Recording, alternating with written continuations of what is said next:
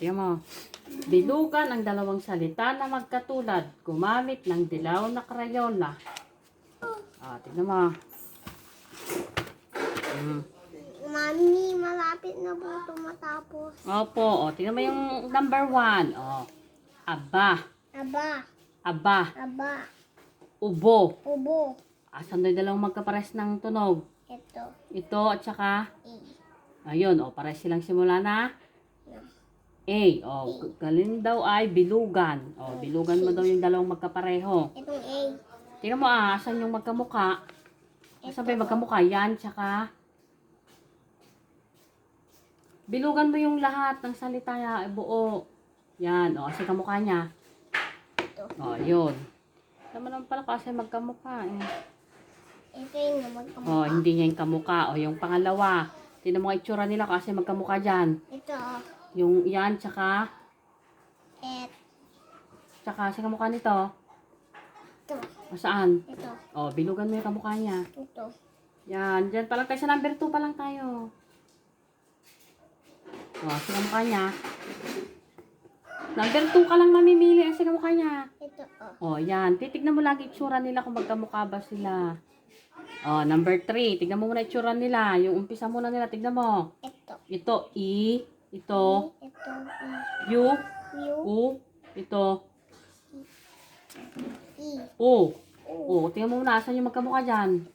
Yan. At saka Ito. sige. Dudawin ko.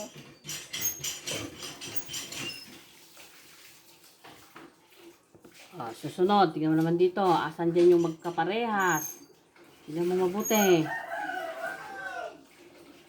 Ito. Tsaka Ito.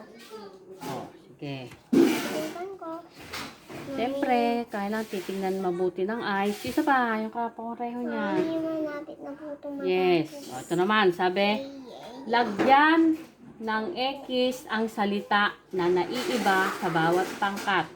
Gumamit ng berdeng crayon. Yung naiiba naman daw. Tignan mo nga saan dyan yung naiiba. Ito, dalawa. Yung naiiba naman ngayon.